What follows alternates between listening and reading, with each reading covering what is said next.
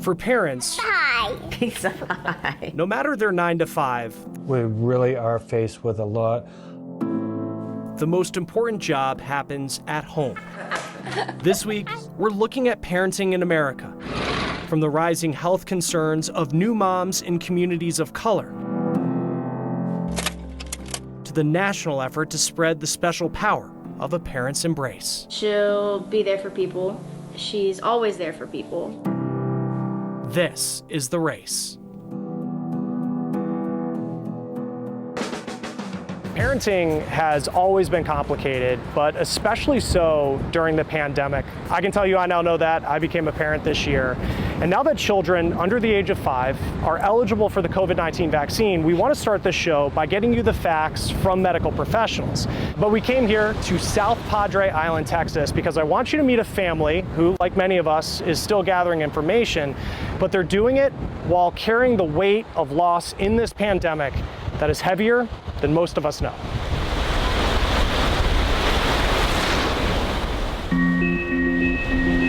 Well, I gotta get the roses. It's never lost on me All right, let's go, Bubs. how special it is when someone lets our camera capture moments as personal as this. Wait, baby bear, you need to hold my hand. Fiona Garza Tulip and her family walking on the beach her mother loved. A little hot? 2 years after she died of COVID-19. This is her spirit captured in a photo. I first met Fiona last year while working on a story about expectant moms getting the vaccine. She was 8 months pregnant then. I'm excited to smile when he comes. Like, I'm excited to feel real joy. This is who she was expecting, her son, Albie, now 7 months old, and the younger brother, Talua, who is almost 3.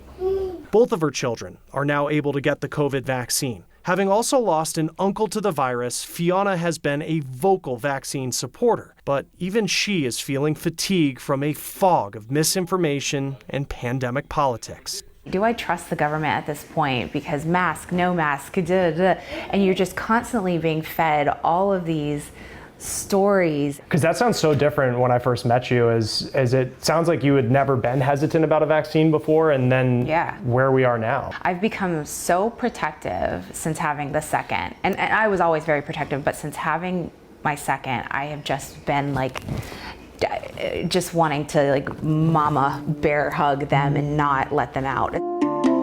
Many parents feel like this. Just look at the numbers. Only 30% of children between the ages of 5 and 11 have received the vaccine, according to the CDC. But if you had an opportunity, a bad opportunity, to see somebody really sick in this age group with COVID or even pass away, we've had a few die in our hospital from COVID. And now that it's becoming somewhat preventable, that's a tragedy. I can't imagine what Dr. Reggie Washington has seen during the pandemic. He's the chief medical officer at a children's hospital and says parents should trust the vaccine. It's safe and that it works. The side effects are very minimal and the protection is safe enough to keep those children of those age groups out of the hospital in most cases.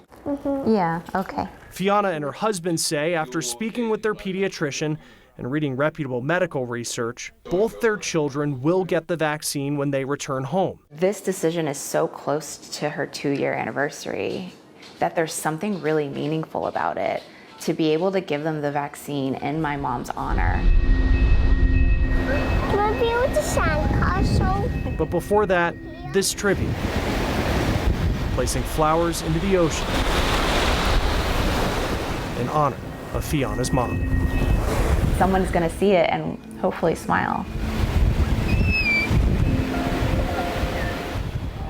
A lot can happen in a year.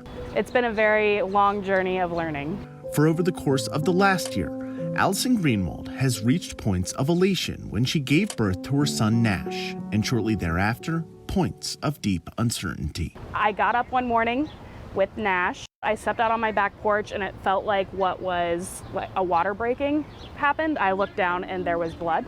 It was just initial fear. I had no idea what was going to happen. Doctors told Allison it was scar tissue from her placenta, a rare side effect from birth that required immediate attention. But each year, more women aren't as fortunate as Allison as more new mothers are dying from their complications. We often see direct evidence that a pregnancy has worsened underlying depression or anxiety or in a person who has had a history of those. In the 9 months from March 2020 to December 2020, maternal deaths in the U.S. increased by 33% when compared to the 2 years prior. Among Black women, they rose even more, by 40%, and among Hispanic women by 74%. Usually, these cases are preventable on multiple levels, and we think of those levels sort of starting at the foundation from a larger, broader health systems level. Dr. Bronwyn Kahn is a maternal fetal medicine physician and the co-chair of Colorado's Maternal Mortality Review Committee. She says the higher rates are due in part to systemic issues.